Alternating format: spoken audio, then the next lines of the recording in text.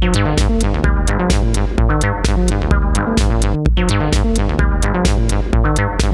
my name is Alan Chasey, Vertical Sales Manager with Dynapar Corporation. Today I'm going to talk to you about how to install our Tach NexGen RT8 series of digital tachometer.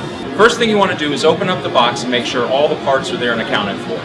The housing, sensor modules, hardware, cover, and pulse wheel. Now that we've got our parts ready, we're going to mount them to a standard 8.5-inch C-face motor. First point, making sure that the C-face is completely clean and free of any debris or paint. Same thing with the shaft. Sometimes a little piece of emery cloth is good for cleaning up the shaft.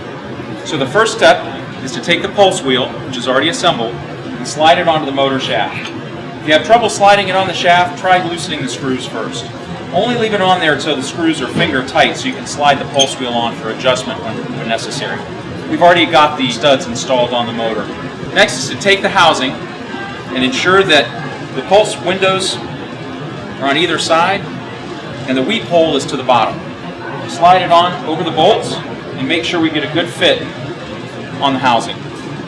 The next step is to take our acorn nuts and install 2 of them diagonal from one another. The reason for this step is so that later on we'll be able to install our pie plate cover. The next step is to align the pulse wheel with the housing. The pulse wheel needs to be aligned flush with this recess in the housing. Holding the pulse wheel steady through one of the windows with your hand, begin tightening in a cross-torquing pattern.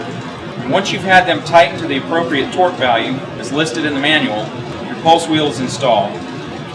The next step is to take your sensor module. You'll notice that they're keyed, so there's only one way that they can go in.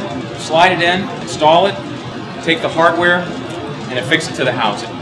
So now that we have our encoder installed properly, sensor modules are both installed in each port. We're going to go ahead and put our pie pan cover on, lock up the unit, and now we're going to make our electric connections. We've already pre-wired these. Very simple to wire, only requires the use of a flathead or a Phillips head screwdriver. There's no soldering required. And we've already got power applied, so we see that our LED is coming on to show that there's power.